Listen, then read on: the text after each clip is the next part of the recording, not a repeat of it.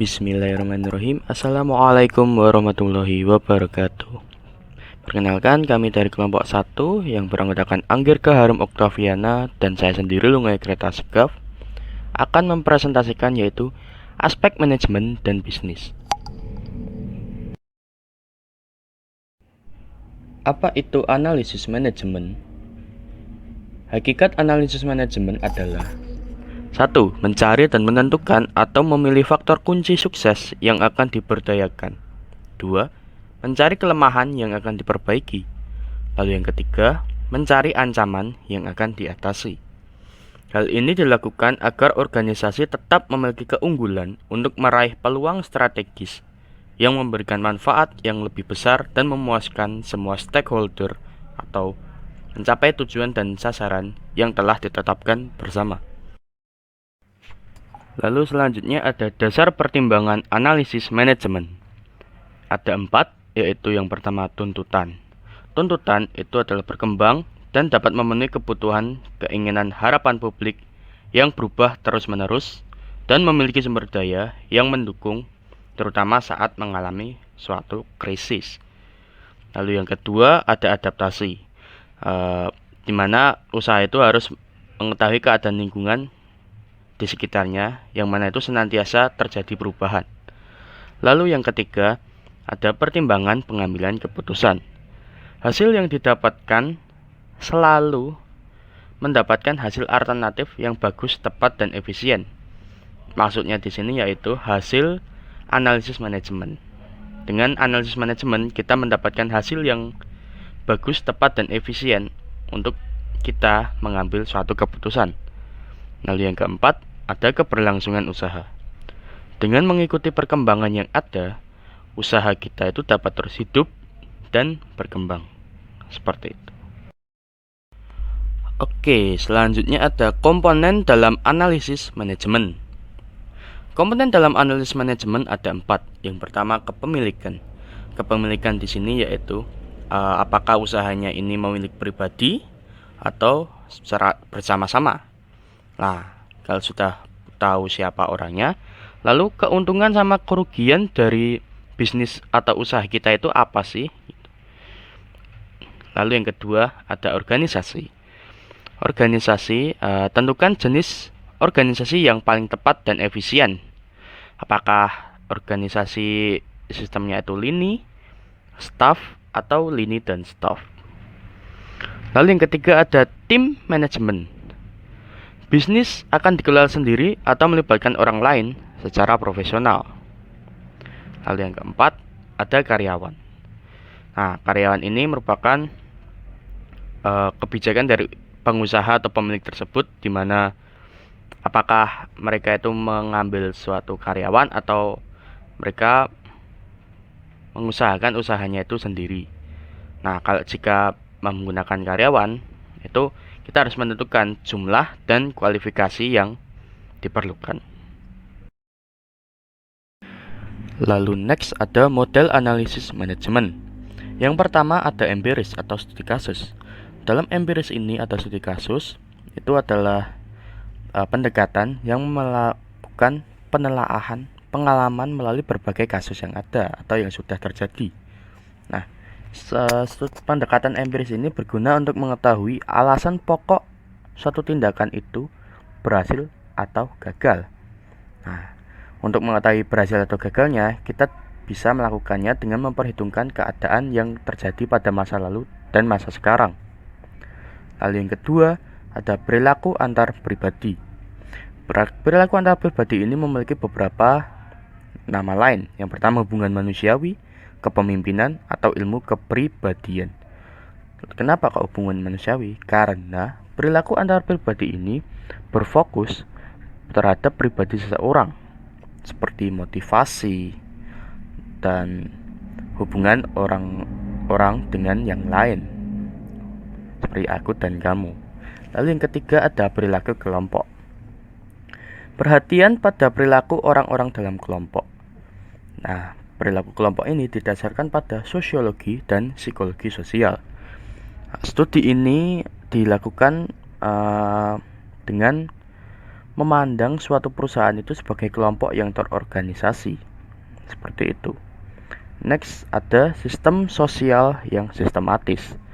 Pendekatan perilaku antar pribadi dan kelompok, sehingga mempertajam fokus studi dengan hubungan manusia sebagai sistem sosial yang kooperatif. Nah, maksud di sini sistem sosial yang sistematis yaitu ini merupakan gabungan antara perilaku antar pribadi dengan perilaku kelompok. Nah, dengan hubungan manusia dalam suatu sistem sosial yang kooperatif, misalnya suatu organisasi atau suatu perusahaan, seperti itu. Fokus dalam pendekatan sistem sosial yang sistematis ini yaitu unsur-unsur yang mengakibatkan kerjasama. Maksudnya di sini yaitu kita dalam studi atau pendekatan sistem sosial yang sistematis ini, kita itu meneliti atau berfokus pada segala aspek atau segala faktor yang mengakibatkan suatu kerjasama itu terjadi. Apakah tujuan yang sama atau memiliki pandangan yang sama, seperti itu. Next, ada sistem sosioteknis. Pendekatan sosioteknis ini dipusatkan pada produksi, biasanya pengurusan kaul dan berbagai aktivitas, yang mana itu sistem teknik yang berkaitan dengan manusia. Misalnya sistem produksi. Nah, dalam sistem produksi ini mesti ada manusianya kan. Jadi produsen. Nah, produsen itu dalam memproduksinya bagaimana gitu, seperti itu. Itulah sistem sosioteknis. Next.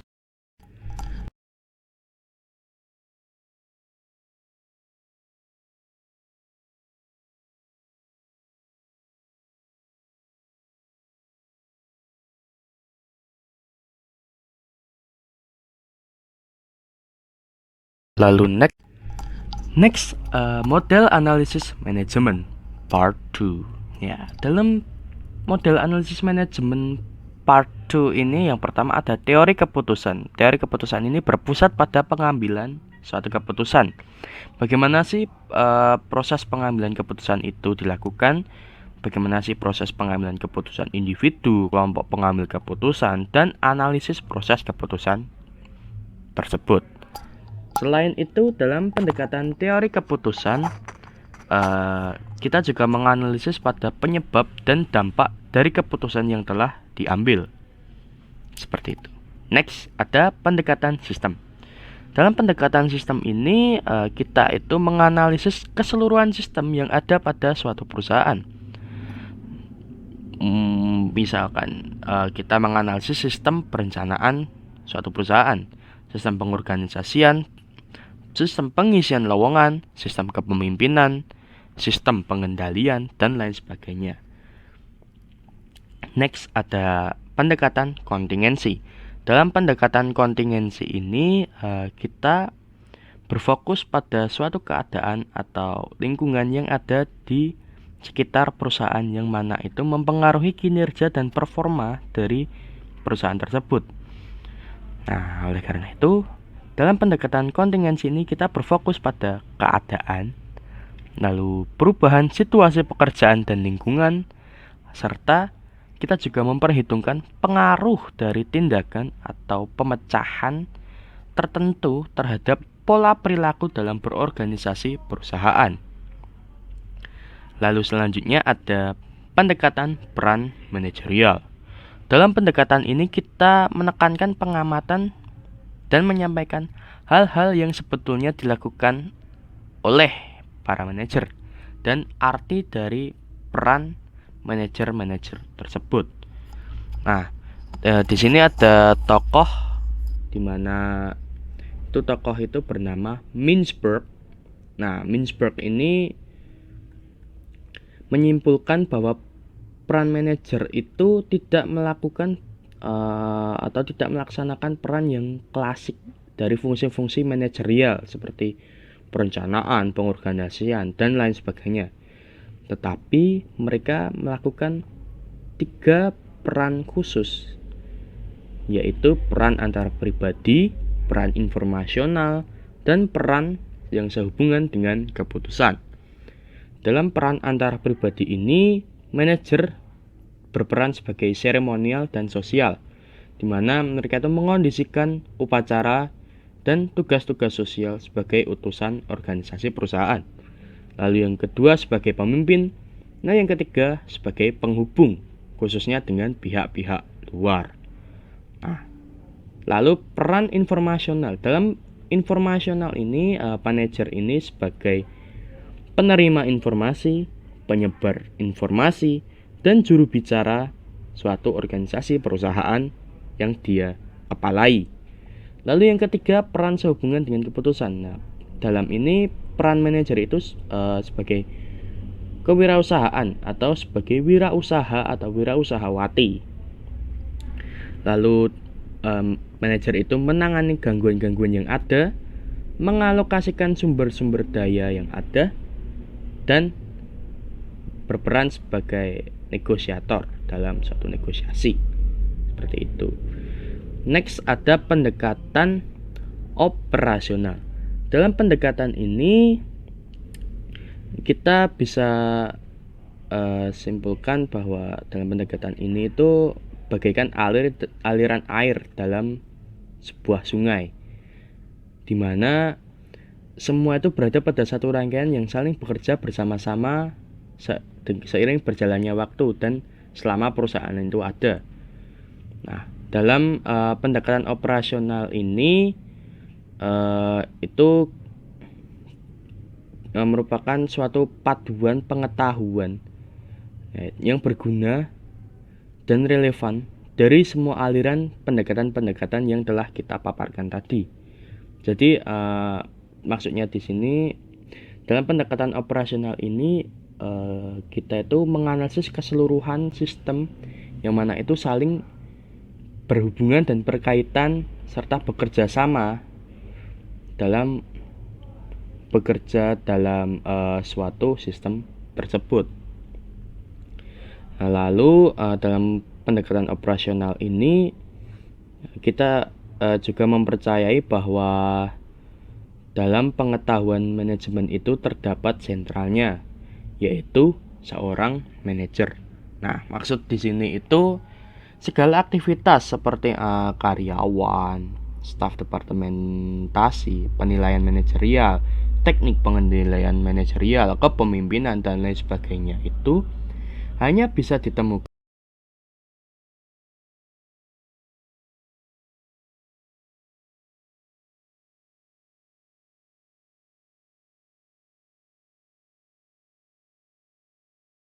Oke, selanjutnya kita akan masuk pada modul berikutnya, yang mana buku ini akan melengkapi penjelasan dari Mas Ilung. Jadi, menurut buku ini, aspek manajemen itu adalah pencapaian tujuan organisasi dengan cara yang efektif dan efisien melalui perencanaan, pengorganisasian, kepemimpinan, dan pengendalian sumber daya organisasi. Nah, dalam rangka pencapaian sasaran atau tujuan suatu bisnis ini akan meliputi 4 fungsi manajemen, yaitu perencanaan, pengorganisasian atau organizing, kepemimpinan, pelaksanaan atau executing, dan controlling atau pengendalian.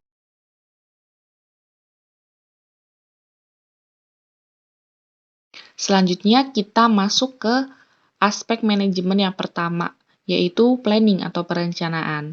Jadi, planning itu adalah kegiatan untuk merencanakan sesuatu yang tujuannya untuk memenuhi kebutuhan akan suatu barang atau jasa yang diinginkan. Nah, berikut adalah ciri-ciri pokok perencanaan usaha, yang mana setiap perencanaan pasti tujuannya untuk menghasilkan barang dan jasa, kemudian perlu juga suatu investasi modal, tenaga kerja, atau manajemen, ataupun hal-hal di luar ini. Setelah adanya investasi tersebut, perencanaan ini akan memberikan manfaat gitu. Jadi, investasi tadi atau sumber daya tadi akan memberikan manfaat kepada perusahaan ataupun pihak-pihak lain. Kemudian, setelah ada investasi tadi, tentunya akan muncul biaya operasional atas biaya investasi tadi, tapi juga akan menimbulkan keuntungan atau proyeksi keuntungan, begitu. Oke, selanjutnya jenis perencanaan usaha. Nah, menurut jenis barang dan jasa yang dihasilkan itu ada perencanaan usaha dalam bidang produksi ataupun penyediaan sarana dan prasarana seperti itu. Kemudian menurut jenis kepemilikannya itu ada swasta nasional, swasta asing, ataupun campuran. Kemudian berdasarkan modal, ada tuh modal fisik dan modal non-fisik. Misalkan modal fisik itu biasanya perusahaan yang manufaktur gitu ya, memerlukan bangunan baru, memerlukan fasilitas, instalasi fasilitas, kemudian memerlukan transportasi untuk menghasilkan aliran-aliran barang. Atau misalkan ada yang modalnya non-fisik, seperti sertifikasi atau hak kekayaan intelektual dari perusahaan yang menyediakan jasa pelatihan begitu. Itu biasanya modalnya non-fisik. Kemudian masuk nih ke tahap pengembangan usaha. Itu ada 5 tahap. Jadi tahap pertama itu pengkonsepsian proyek usaha. Jadi sebelum kita membuat proyek itu kita harus dikonsepkan dulu nih, oh kita mau membuat usaha apa, model bisnisnya seperti apa, dan aktivitas-aktivitas yang kita lakukan seperti apa, dan bagaimana cara kita melakukan aktivitas tersebut. Kemudian yang kedua ada perumusan proyek. Jadi benar-benar versi detailnya dari konsep proyek usaha tadi. Jadi metode apa yang dipakai, kemudian tujuan usaha ini akan dibentuk seperti apa, kemudian rencana kedepannya seperti apa gitu. Nah, setelah ada perumusan tadi, tentunya kan akan banyak ide-ide yang masuk, banyak brainstorm dari para pendiri atau founder ini akan banyak gitu pilihannya, dan nggak semua bisa terpakai, sehingga perlu adanya pemutusan atau pengesahan proyek usaha. Jadi, istilahnya kayak finalisasi atau fiksasi dari perumusan tadi. Mana apa ya, tujuan-tujuan yang benar-benar dipakai seperti apa, langkah ke depannya seperti apa gitu. Kemudian tahap yang keempat itu ada persiapan untuk pembangunan proyek. Biasanya ini karena sudah udah fix, udah final, kita bisa merumuskan nih eee, langkah apa aja nih yang kita harus lakuin untuk mencapai tujuan tadi. Kemudian investasi apa aja sih yang dibutuhkan untuk memperlancar proyek usaha tadi. Nah, setelah persiapan dan pendetailan planning-planning tadi, kita bisa melaksanakan usaha. Jadi, yang mana tahap ini adalah tahap kelima gitu dari tahap pengembangan usaha. Oke, setelah kita melakukan pengembangan usaha, kita akan menghadapi nih persoalan umum pelaksanaan usaha. Jadi yang pertama itu menentukan penanggung jawab bisnis. Setiap bisnis pasti akan ada orang yang bertanggung jawab terhadap pelaksanaan bisnis dari tahap perencanaan sampai evaluasi. Nah, di mana di sini bisa juga misalkan dari penanggung jawab utama atau CEO-nya itu merasa tidak sanggup sehingga dia meng-hire marketing atau CMO, kemudian meng-hire CFO atau seseorang yang bertanggung jawab di bidang keuangan begitu. Kemudian kita juga perlu menentukan pilihan usaha, yang mana di sini ada 3 aspek, yakni aspek ekonomis, teknis, non-ekonomis. Misalkan kalau teknis tuh bagaimana sih cara kita mendistribusikan barang kita, gitu. Kalau ekonomis tuh lebih kepada gimana cara kita menghasilkan keuntungan dari produk atau jasa yang kita hasilkan, gitu. Misalkan kalau yang non-ekonomis itu lebih kepada argumen-argumen atau pilihan-pilihan yang sebenarnya tidak berkaitan langsung terhadap barang, tapi ada implikasinya gitu. Kayak misalkan kita misalkan nih, kita pengen membantu masyarakat UMKM gitu. Di sisi lain kita membuka pelatihan kepada atau layanan konsultasi kepada perusahaan, tapi kita juga ada nih program CSR untuk membantu UMKM yang ada di Indonesia, misalkan gitu. Nah, yang ketiga, kita juga melakukan penilaian biaya, yang mana menghitungkan biaya apa yang muncul, kemudian proyeksi keuntungan yang bisa kita raih. Yang keempat, kita juga perlu melakukan penilaian dari asumsi-asumsi dasar pendirian usaha. Oh, misalkan gini, di awal kita belum ada nih masalah saham atau mungkin persamaan saham kayak gitu ya. Tapi di kemudian hari ketika ada investor masuk, terkadang kita perlu nih menghitung asumsi-asumsi ini, sehingga sebelum pada masanya itu terjadi atau pokoknya jauh-jauh hari, kita tuh harus bisa mempersiapkan gitu loh dari asumsi-asumsi tadi yang mungkin saja bisa terjadi ke depannya. Kemudian ada pengetahuan atas alternatif. Jadi seorang pengusaha atau CEO harusnya sih bisa lebih banyak pengetahuan ya, supaya ketika menghadapi kebuntuan pada persoalan-persoalan tadi, si pengusaha ini bisa memberikan solusi gitu, atau memecahkan masalah itu.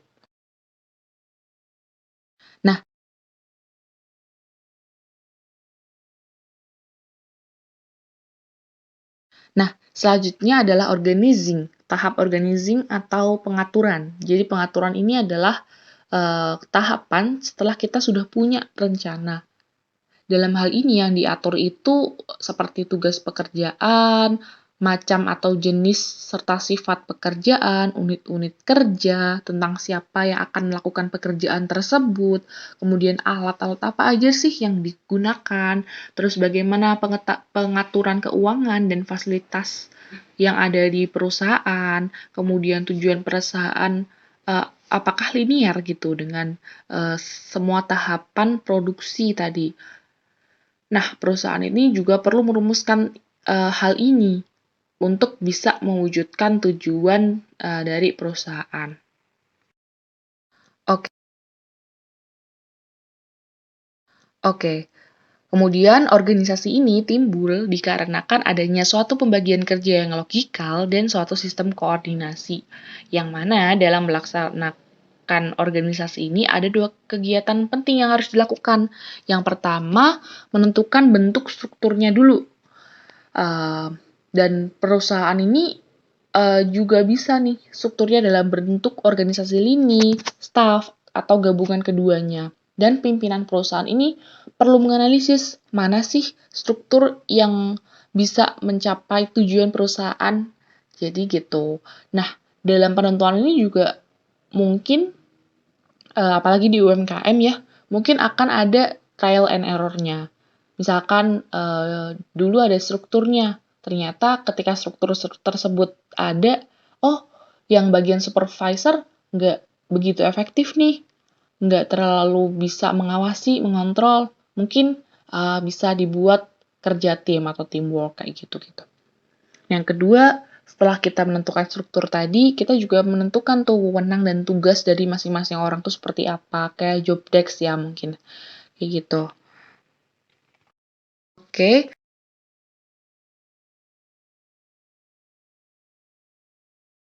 Organisasi ini timbul di selanjutnya adalah manfaat pengorganisasian. Jadi manfaat dari pengorganisasian ini akan ada kejelasan tentang ekspektasi kinerja individual dan tugas-tugas yang terspesialisasi. Nah, yang kedua, pembagian kerja ini akan menghindari duplikasi, konflik, dan penyalahgunaan dari sumber daya material ataupun sumber daya manusia. Misalkan kalau yang ini tuh lebih kayak controlling ya, ada satu controlling yang mana ada di suatu perusahaan tidak boleh orang yang mencatat keuangan itu membeli produk juga, kemudian mencatat stok juga, karena di sini bisa saja akan ada tindakan tidak profesional gitu, karena dipegang oleh satu orang dan minimnya pengawasan. Yang ketiga, ada pengaturan suatu arus aktivitas kerja yang logikal yang dapat dilaksanakan dengan baik oleh individu ataupun kelompok. Yang keempat, adanya saluran-saluran komunikasi ini dapat membantu pengambilan keputusan dan pengawasan. Dan yang kelima, ada mekanisme-mekanisme yang mengkoordinasi yang memungkinkan tercapainya harmoni antara para anggota organisasi yang terlibat dalam berbagai macam kegiatan.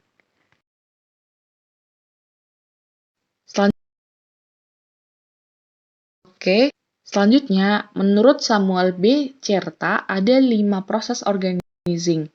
Yang pertama, melaksanakan refleksi tentang rencana-rencana atau sasaran perusahaan. Yang kedua, menetapkan tugas-tugas pokok.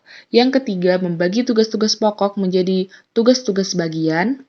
Yang keempat, mengalokasi sumber daya dan petunjuk-petunjuk untuk tugas-tugas bagian tertentu. Dan yang kelima, mengevaluasi hasil-hasil dari strategi organisasi yang diimplementasi.